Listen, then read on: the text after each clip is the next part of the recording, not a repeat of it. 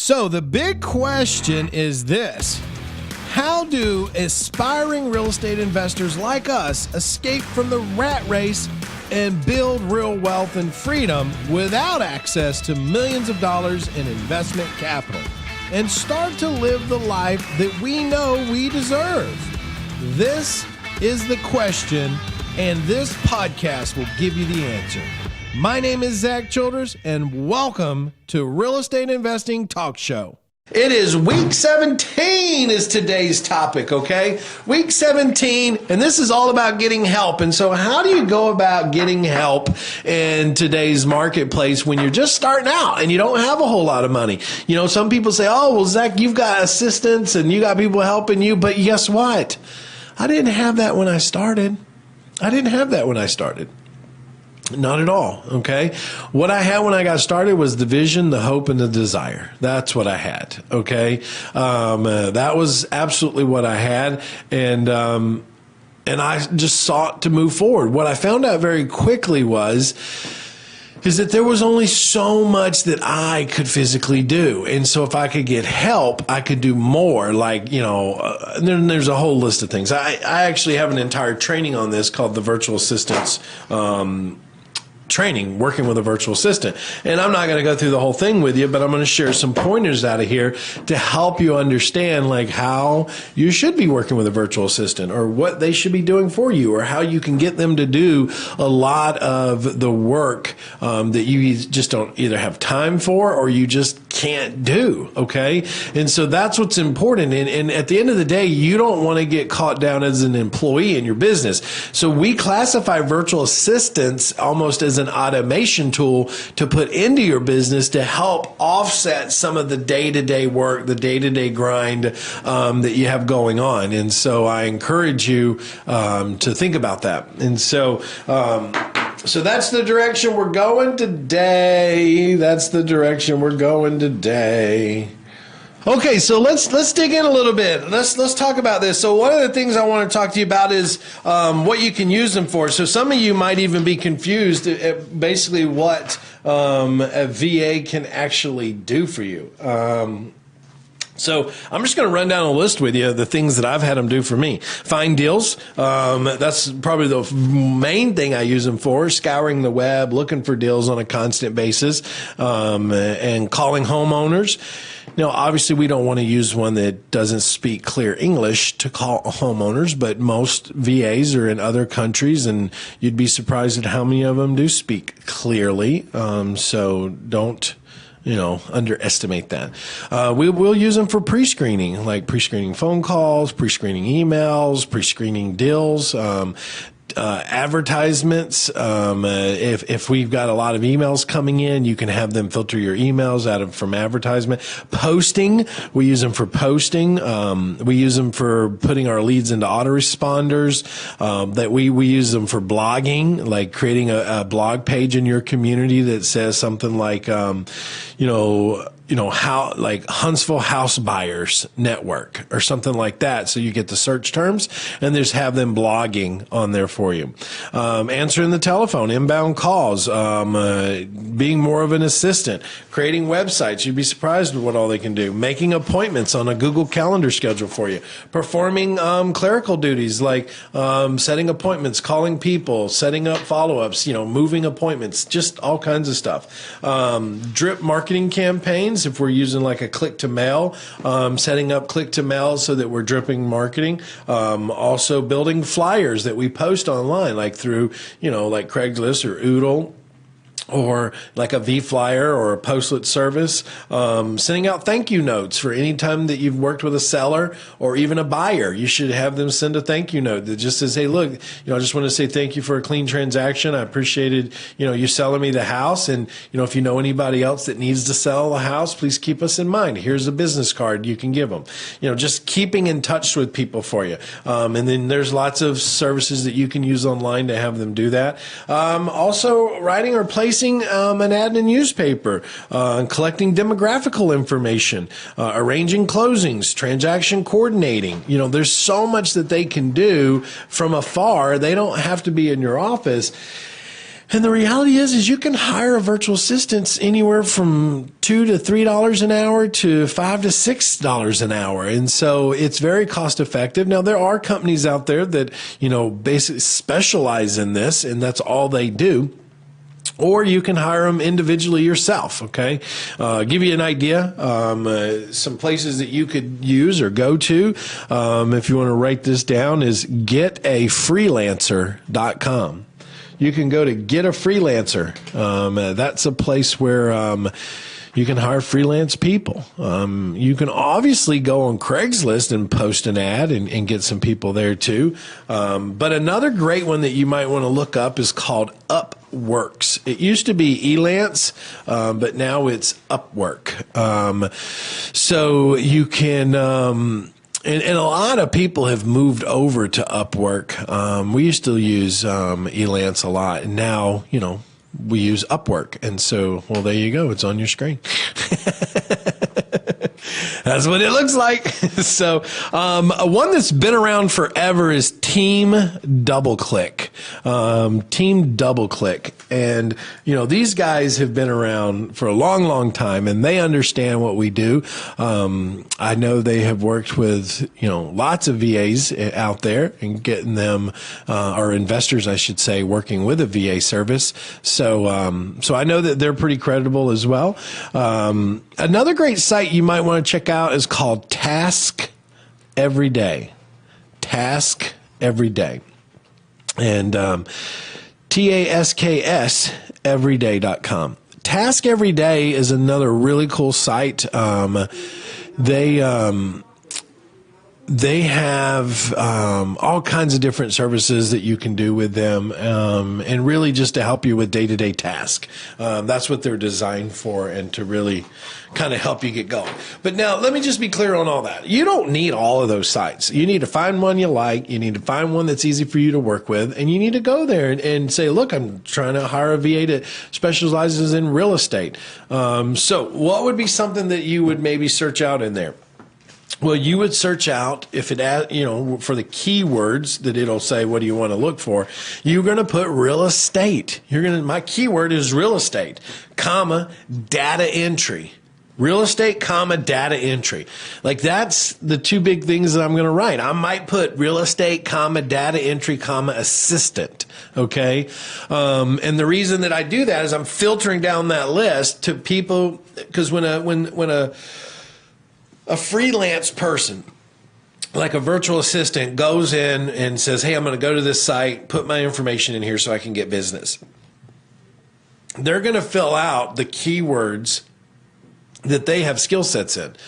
And you'll be surprised that when you look for VAs on these sites for real estate, assistant, data entry, you'll find people on there that are already working for other real estate investors. So they understand what you're trying to do.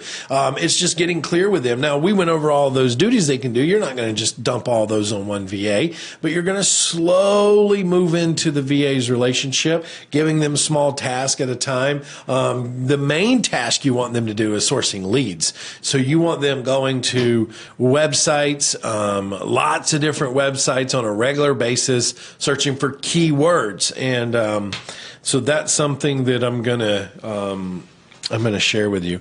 You know what? I think, Justin, you have that PowerPoint in there. I wonder if I'm talking about a slide, maybe you could pull that up on that PowerPoint. I don't know if that's even possible, but okay. I like how he does that. Yeah, just give me a few minutes. And the reason I say that is because there's a couple of things in here I want to talk to you guys about, and there's a lot of words, like searching for keywords. Like, I don't even want to have to read all those, but if I could pull that slide up for you, then you could just see it. But the beauty of it is if we pull it up, this live will get recorded, and you can come back and watch it again. So... And, we have a few things to talk about. So anyways, let's go back to those sites. So the key to this is you have really two approaches when it comes to a virtual assistant. And I encourage you all to have a virtual assistant. I 100% I encourage you to have a virtual assistant. You'd be surprised at how much they'll do for you. You don't have to work them 40 hours a week. You can work them 10 hours a week.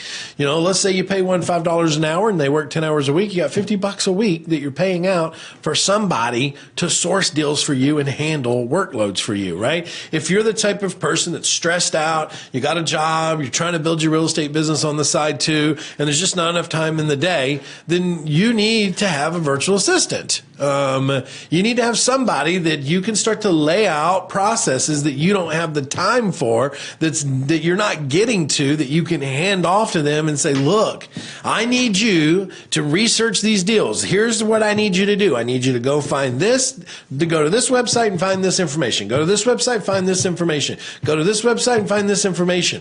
And then basically you're just shoveling deals off to them, and then you're continuing your day. And when you get home at night, well, usually they work at night, so you shovel it off to them that night. By the time you wake up the next morning, this is the beauty of the time zone differences. When you wake up the next morning, all that work's done for you.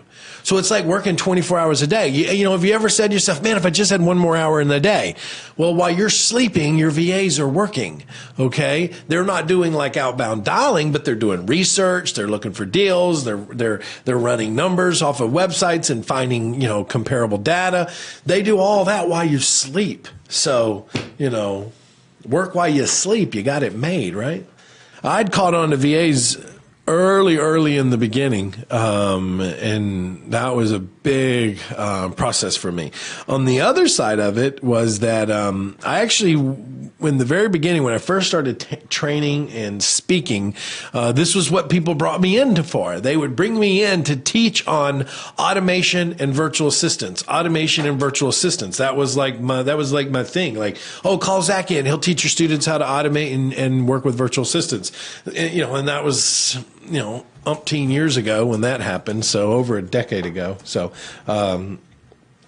anyways, I don't know if we got that PowerPoint. We're going to be talking about setting their schedule to make sense. Setting their schedule to make sense. That'd be cool if we could actually get that, pull the PowerPoint out, wouldn't it? He's looking for it. Oh, it's in the beginning. It's like slide 8, 9, 10. Oh, there it is. Wow, look at this, man. This is like virtual training already. Look at there. So just to get it clear, guys, I just want to show this to you real quick, because we tell our VAs when they're looking for deals, we want them looking for deals Sunday, Tuesday, and Thursday. And the reason we want them looking Sunday, Tuesday, and Thursday is so that I get deals on Monday, Wednesday, and Friday. So that I have deals Monday morning when I get into the office. I have deals Wednesday morning to keep working, and I have deals Friday morning to set up for the weekend. Okay.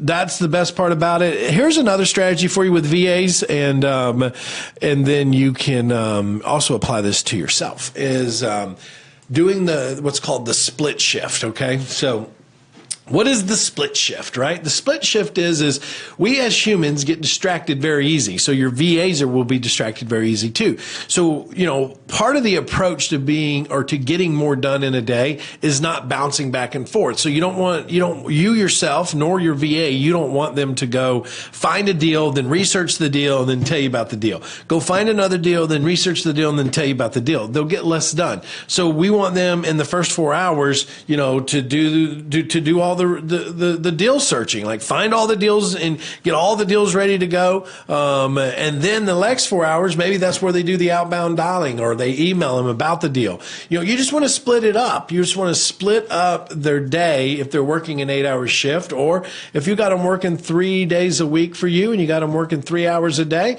then you just say, look, for the first hour, an hour and a half, I just want you finding deals. In the second hour and a half, I want you making outbound touches, whether that's email or phone. So that's important to know. Now, when you're talking about paying them, I know we touched on this a little bit, but you know, when you're going to talk about paying a VA, now remember, there's different ways to paying a VA. If you're going to hire them yourself at like an independent, you're between 3 and 5 hours, $3 and $5 an hour. That's pretty standard out there. Now, you know, we do try to work it to where we put them on like a probationary period. Hey, you know, we'll start you here, and if you do well, we'll raise you. But we give them a raise after that 30-day period if they accept that. Also, we give them bonuses, and we'll talk about that. But if you're going to go to a VA company and you're going to hire directly from a VA company, then what you're going to find out is that they're going to charge you. They're going to charge anywhere from $5, $6, $7, as much as $20, depending on the level of who you're trying to look for through some type of recruiting company. So, but I give all VAs VAs a quota, okay? Every single VA I work with, I give a quota. And what is that quota? Well, it's 5 to 10 leads per day. 5 to 10 leads per day that I want to get from them. So meaning that if they're working on Monday morning, I better have 10 leads. And that's just how it works. And so, but we also set it up so that there's a 50 cent per lead not met discount. So we set the expectation. So let me give you an example on that. If they're working 4 hours, and let's say I'm paying them $3 an hour on Sunday to get me 10 leads on Monday, and I'm paying them $4 or 4 hours, I'm paying them $3 an hour, then that's $12, right? But let's say on Monday they don't give me 10 leads, but they only give me 6 leads. Well, then that means they were 4 leads short, so I take off $2 off of that $12 that I'm going to pay out for them. So they're paid on work, but they're also given quotas that they have to meet to receive full pay. But then there again, I also give bonuses like, hey, if you get me more than 10 solid deals, I'll pay you extra, okay? And the best way to keep a VA for life is when you close the deal, send them a $50 check. Send them a $100 check and watch what happens. I mean, that's a lot of money in some of these countries. So if I've got, and I'll never forget, I used to have a VA. I don't have her anymore, but when I first started, she was she was just great. This was before VAs were even cool in the real estate industry. And basically we were having to train them all from scratch, where now you can find them out there that already have some training. And I'll never forget, she used to call me Mr. Zack, Mr. Zack, Mr. Zack, Mr. Zack. And she'd help me find this deal, and we negotiated, and she did the research on it, and I made the offer, and we got it. And I wholesaled it, and she helped me through the whole process. And when it was over, I sent her a $500 check. And the next day I got an email from her, and I went from Mr. Zack to Sir Zack. Sir Zack, I received that PayPal deposit today. That was amazing. Like she was all over it. And then from that day forward, I was never Mr. Zack again. I was Sir Zack, like I had been knighted or something. So that was great. Now, one thing I do want to point out is look, if you're hiring a VA on your own, just use some form of Google Doc, just so that you have some form of tracking to work with them on. So you get a Google Doc sheet up and running, have them place all their leads in there. The Google Docs are shared back and forth, so it's real time. So they go in, they're adding stuff in there. Make sure that they have a script for talking, which if you have any of my courses, you have a script, and give them the step-by-step. And that's what's important when you're dealing with VAs, okay? Is that some of them will already be pre-trained, but some of them won't. And sometimes they need a little bit of direction. Now, there are VA companies out there that, train their VAs to understand the real estate market. But at the end of the day, it's someone you're hiring. So why not put the time in and get them, efficient in the process, right? That's really what it boils down to, is being efficient in the process. So, it's funny. What's that? You trained me the same way. Yes, I did. I sure did. I train all real estate people the same way I train VAs. You know why? Because reality is I trained my VAs the way I trained the real estate people that came into the office. Because you need them to be able to be quick and act. Yep. So here's something I want to point out to you. It's just a simple website. Write it down, www.onlinenewspapers.com, www.onlinenewspapers.com. Take that slide down. That's the wrong slide. Just write the website down, www.onlinenewspapers.com. Okay.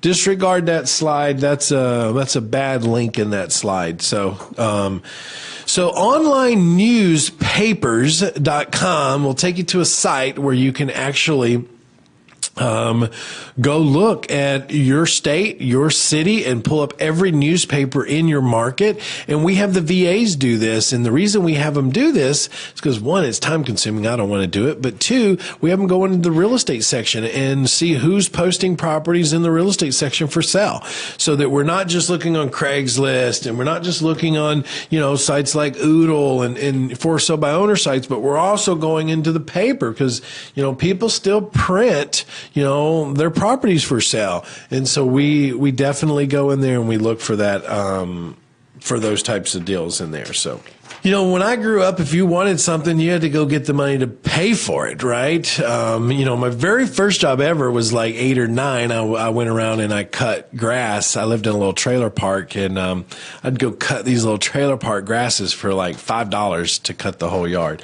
And I wasn't tall enough to touch the top bar, so I'd have to grab the middle bar and push the thing all the way forward and then mow the grass.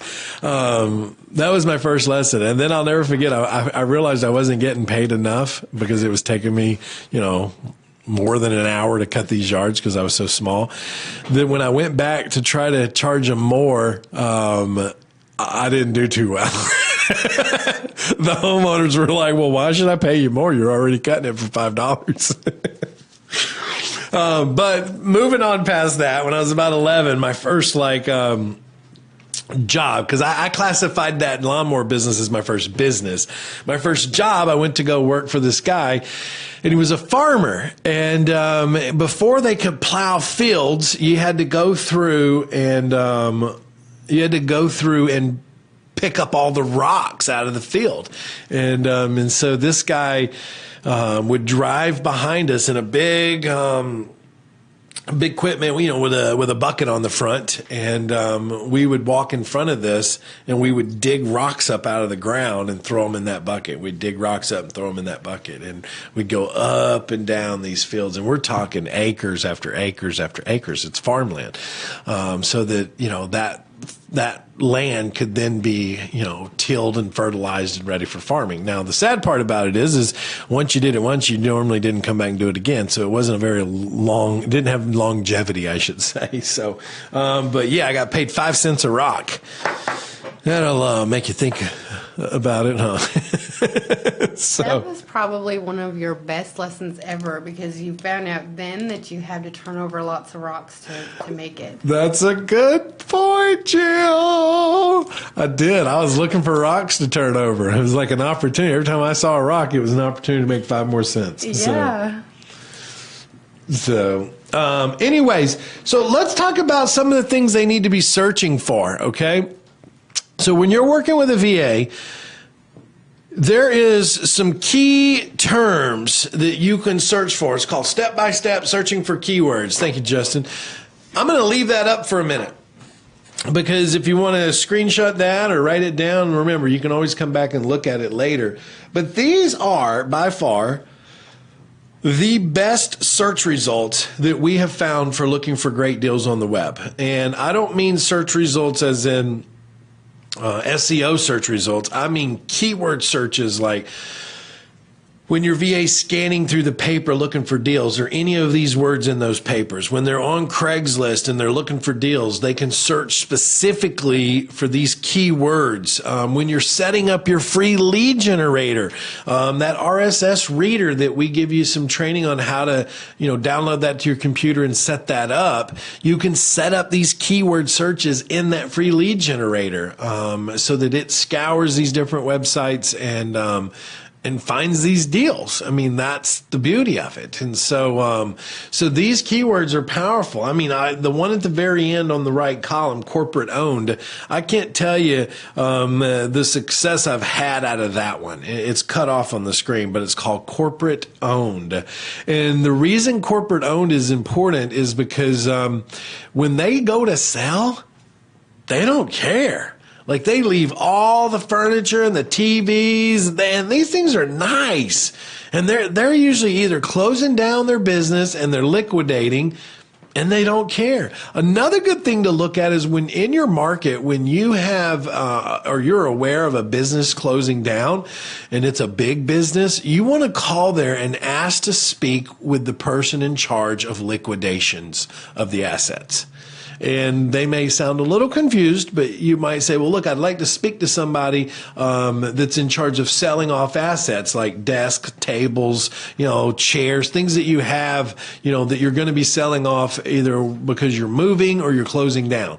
Oh, okay, well, that would be John over here in department, blah, blah, blah. Great. When you get on the phone with John, you go through and you say, look, man, I get you're moving or you're closing down. Are you guys liquidating anything that is in the real estate world? Do you have any condos or townhouses, that you had executive or corporate living styles in, or any automobiles?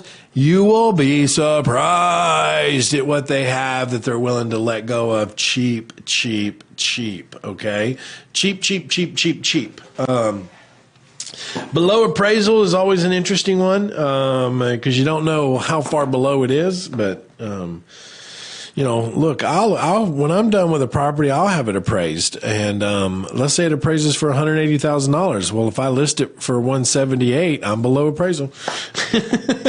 So, fire sales are good. Handyman specials, fixer upper, sell fast, transfer, new job, need to sell, must sell, divorce, motivated seller, estate sale, moving, will sacrifice, owner transferred, will consider all offers, retiring. Those are all great keywords, especially when you're having your VA dig in websites to find great deals for you. Okay. So digging deeper into the VAs and, look, I'm not going to go through the whole entire training, but if you want to get information on our virtual assistants training, we have an entire course on that.